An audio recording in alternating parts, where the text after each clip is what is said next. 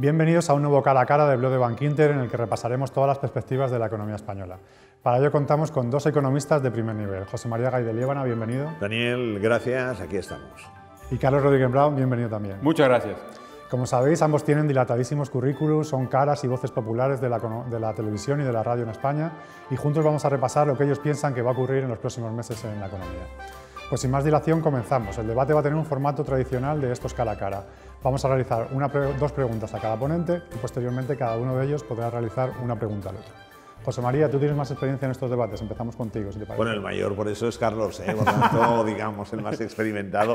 Bueno, te vamos a preguntar inicialmente debilidades y fortalezas de la economía española, ¿cómo lo ves tú? Bueno, vayamos por las debilidades y a partir de ahí intentamos esbozar lo que serían las fortalezas. Yo creo que las debilidades al día de hoy es que estamos en un mundo que está cambiando, ¿no? Pero toda Europa, América, todo está cambiando y aquí políticamente tenemos un sarao tremendo, ¿no? Esto es un baile, un patio de colegio que vamos a ver cómo se resuelve.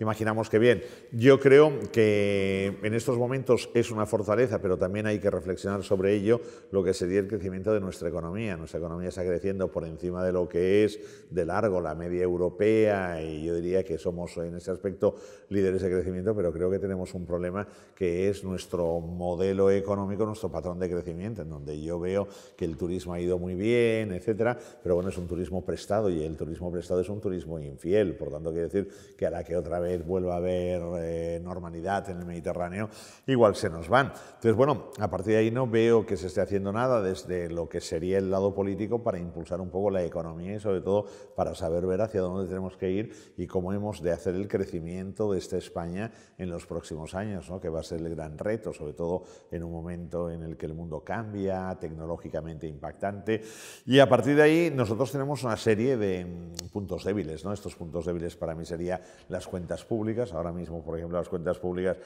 se aprueba por parte del gobierno un atraco a mano armada. El atraco a mano armada es al sector privado, a las empresas que están luchando, que están creando puestos de trabajo, que están invirtiendo, y sacarles de octubre a diciembre, sacarles 8.000 millones de euros, 8.000 millones de euros, y esos 8.000 millones de euros son para el Estado, para cuadrar sus cuentas que están descuadradas, porque quienes mandan son unos manirrotos y no han hecho el control que tenían que haber hecho. Entonces, claro, ¿qué pasa? Que claro, las empresas tienen aquí una situación de inseguridad jurídica tremenda. Esto, cuidado, porque se va propagando, y como se va propagando quiere decir que se va extendiendo. Esto puede ser un freno para la inversión extranjera aquí y, por tanto, aquí tenemos un hándicap brutal. La deuda pública se va disparando, tenemos un tema que hemos de pensar ya seriamente cómo lo arreglamos, que es el tema de las pensiones, tenemos un tema de fiscalidad que no puede ser que se vaya con estas precipitaciones y, por tanto, tiene que haber un cierto orden, y luego dentro de lo que serían los distintos puntos, ¿no? Porque hay muchos y Carlos también añadirá muchos más, pero yo diría que tenemos también una asignatura pendiente, ya que estamos en Valencia, que la Comunidad Valenciana es una de las comunidades que tiene más deuda al día de hoy como comunidad autónoma, 43.000 millones de euros. Yo diría que un problema que tenemos es el tema de la financiación de las autonomías, ¿no? Una financiación de las autonomías que tiene que hacerse equilibrada, pero que también hay que recordar que en los Estados Unidos hay 51 estados, ¿no? Y de los 51 estados, creo que ningún estado, cualquier estado es más rico que nuestras comunidades, que tenga tanto gasto público como aquí. Por tanto, quiero decir que lo que tenemos que ver realmente es si el modelo de comunidades funciona, adecuar las necesidades y que todos estemos en paz y que haya buen ambiente. Perfecto, muchas gracias, José María. Carlos, tu turno, ¿cómo ves tú las fortalezas y debilidades de la economía? Pues mira, así como en el ejército se le supone valor al soldado, a la economía española su fortaleza no se le supone, porque la ha probado. Si algo ha probado la economía española es precisamente eso. ¿Por qué? Porque ha podido soportar una durísima crisis en los últimos años, y ha salido adelante, a menudo a pesar del gobierno, pero sí que ha salido adelante. Ha mostrado un dinamismo y una capacidad de resistencia verdaderamente extraordinaria.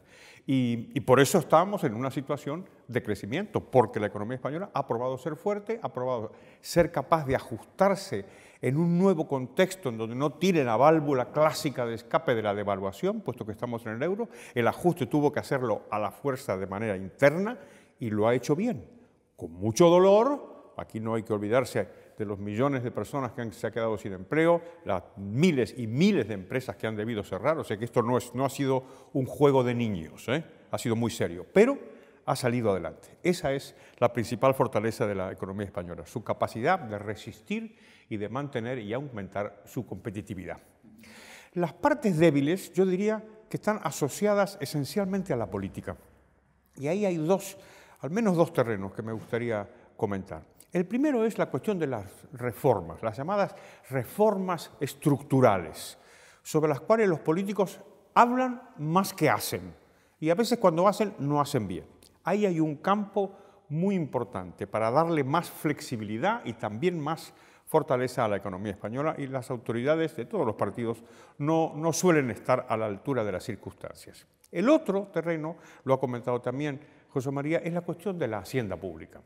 Es decir, ahí tenemos un nivel de gasto público disparado, que lo que hace es impulsar a las autoridades a que se lancen a una espiral muy peligrosa, tanto en términos de incremento de la deuda pública como en términos de voracidad recaudadora. Lo decía José María hace un momento, es decir, la prensa ya está hablando de hachazo fiscal. Es decir, la expresión hachazo, desde luego, no es metafórica, sino que efectivamente van a castigar a las empresas porque el gobierno no ha querido hacer los ajustes del gasto público. Por lo tanto, ahí tenemos un panorama, digamos, una de cal y otra de arena. Perfecto. Tocabais un tema, José María, tocabas tú en concreto el tema de las pensiones. Queríamos hablar y profundizar un poco en este punto. La viabilidad de las pensiones es algo que está totalmente comentado en los medios. ¿Qué solución veis vosotros al tema de la viabilidad de las pensiones? ¿Qué va a ocurrir con ellas? ¿Qué habría que hacer sobre todo con ellas? Carlos. Pues mira, yo no estoy seguro que este sistema, tal como lo tenemos organizado desde el sector público, sea capaz de brindar lo que promete. Originalmente el Estado usurpó, digamos, el ahorro privado, garantizándole a las personas, diciéndoles: no os preocupéis de ahorrar, ya me ocupo yo de ahorrar por vosotros y os voy a garantizar una pensión digna.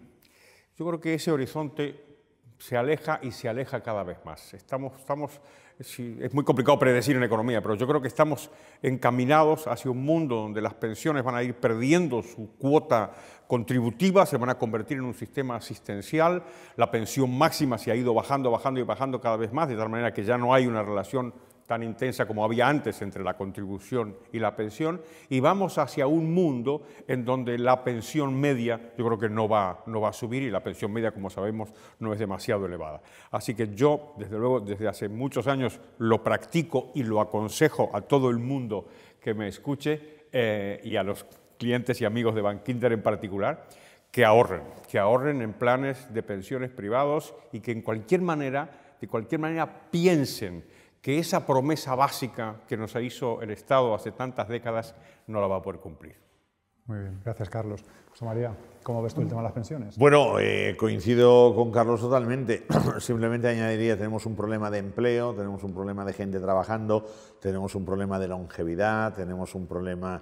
Bueno, problema no, tenemos una gran suerte de vivir muchos más años, de vivir más o menos bien, por tanto la esperanza de vida cada año va increciendo, hablan ahora ya de los 100 años, se habla con naturalidad. Yo cada día miro en La Vanguardia, es una deformación mía, ¿no? Cada día que ya viene de mis abuelas, miro las esquelas de La Vanguardia, ¿no? Y veo que normalmente pues la edad media de los fallecidos está en los 94, 95 años, lo cual es en definitiva un halo de esperanza, ¿no? Y dices, hombre, y lo que pasa es que mi suegra igual dice, fíjate, fulanita con lo bien que estaba, una amiga suya, ¿no? Y claro, 94 años, pero fulanita ya tenía que ir al cielo, ¿no? Entonces, claro, aquí lo que ocurre es que no se va a poder mantener tanta pensión durante tanto tiempo, y sobre todo porque tenemos un empleo que es un empleo que no nos gusta. O sea, cuando digo no nos gusta, si tuviéramos un empleo que fuera de empleado de Silicon Valley, ¿no? Con un sueldo de $80.000 al año, en este caso ponle de 90.000 euros, hombre, iría bien por el tema de la cotización, ¿no? Por tanto, no habría ningún problema.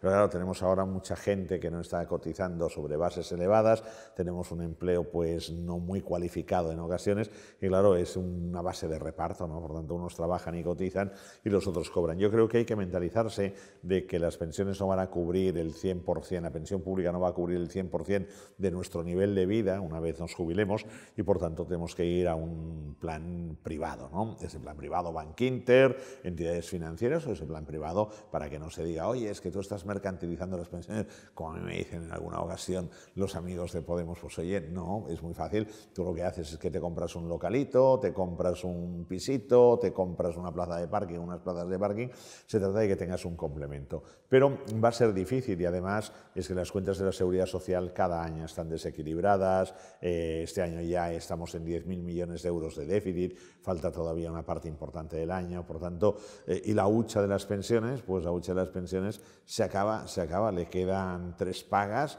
y ya está. Y claro, la hucha estaba prevista para el día de mañana cuando hubiera algún problema, pero claro, no estaba previsto que habría tantos problemas en tan poco tiempo. Por tanto, ahí yo creo que esto ya es una debilidad de también, como Carlos apuntaba y yo también comentaba, un poco debilidad de lo que ha sido la política, ¿no? O sea, no se ha sabido prever esto y tomar medidas a tiempo. Perfecto. Pues pasamos ya a esa parte del debate en la que cada uno hacéis la pregunta al otro que consideréis o que queráis conocer de ambos. Carlos, empezamos por ejemplo contigo. ¿Qué quieres saber de José María? A ver, José María, tú y yo estamos, no solamente somos economistas y no solamente somos profesores, sino que además estamos en los medios de comunicación. Desde hace muchos años, yo más años que tú, porque soy mucho mayor, como cualquier persona. Sí. Bueno, yo es que ya aprendí del maestro, y por tanto seguí los pasos del maestro, Entonces, del verbo. Mi pregunta sería, ¿tú cómo ves la información económica en nuestro país? Nosotros ya tenemos los años suficientes como para haber visto un recorrido de lo que es la economía en los medios de comunicación, en la prensa, la radio y la televisión. ¿Tú cómo dirías, cómo juzgarías la evolución de la cantidad y de la calidad de la información económica que reciben los ciudadanos? Yo creo que es buenísima, es decir, al día de hoy creo que particularmente es muy buena, es decir, estamos informados de todo en tiempo real, coges el móvil y en tiempo real lo tienes. Siempre creo que tenemos que saber ver distintos ángulos. Por ejemplo, una información es el titular que le pongas, ¿no? Y como pongas este titular se puede dar a entender que... Pero yo lo que hago es siempre, pues repaso cada día varias veces la prensa, ¿no?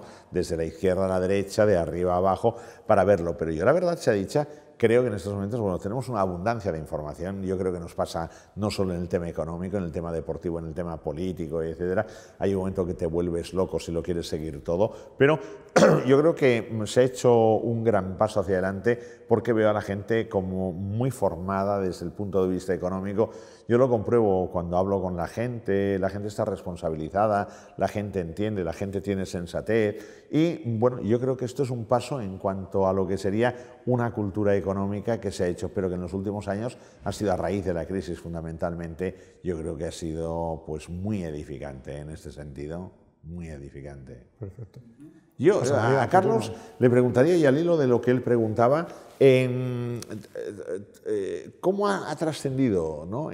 También tu vida y tu papel como, yo decía el verbo antes, lo decía en serio, es decir, de antes a ahora, es decir, tu referencia, tu influencia, el ver cómo la gente te escucha, piensa, es decir, de hecho, esa cultura económica a la que yo apelaba, ¿tú notas que la gente al día de hoy está como mucho más versada? Yo diría que lo que más me ha llamado la atención es encontrar que hay muchas personas que no solamente quieren tener información económica y la tienen, como tú decías, sino que además, en mi caso particular, comparten mis puntos de vista, cosa que me parece muy llamativo, porque yo siempre he pensado que las personas como yo, que están todo el día machacando para que bajen los impuestos y para que nos dejen en paz las autoridades, siempre pensé que este mundo liberal más bien era el mundo de las catacumbas, donde hay un pequeño grupito de personas que son hostigadas por la autoridad y que no cuentan con el favor popular. Pues una de las cosas que me ha pasado en las últimas décadas es encontrar con sorpresa, desde luego, muy grata sorpresa, que hay personas que están interesadas en estos asuntos, en estos enfoques y que también comparten los recelos que yo tengo hacia las autoridades. Es verdad que eso no creo que sea mérito mío. Lo que ha pasado es que durante todas estas décadas han subido mucho los impuestos. Entonces, claro, la gente de pronto dice, pero que a ver qué pasa, a ver si podemos escuchar alguna vez algunas voces como la de José María Gay de Líbano o la mía propia, de gente que dice, oiga, este camino no es el bueno. Pero en fin, sea como fuere, yo creo que es una buena noticia. Bueno, yo creo que se va creando debate en este sentido y sobre todo lo ves yo cuando subo, por ejemplo, a un taxi y el taxista te habla de economía, ¿no? Con lo cual, quiero decir, o incluso la gente, ¿no? Te habla de economía. Yo creo que esto años atrás, Daniel, no pasaba. Por lo tanto, en este caso hay que, sobre todo, rendir el tributo correspondiente a un Carlos que yo creo, no, hombre, que fue un pionero, ha sido un maestro y que nos ha inspirado a una serie de discípulos suyos, aunque yo no fui alumno directamente suyo, pero cada semana procuro leerlo y aprender de sus sapiencia impresionante. Esto lo dice no para elogiarme, sino para subrayar el hecho de que es mucho más joven que yo. No, bueno, hombre, tenemos una diferencia aquí ya salta a la vista, pues sí, pero claro. no, hombre, no, en absoluto. Perfecto. Muy bien, muchísimas Daniel, gracias Carlos. a ambos. Muchísimas gracias. Y gracias a todos por seguirnos y seguimos en contacto a través del blog de Bankinter. Muchas gracias.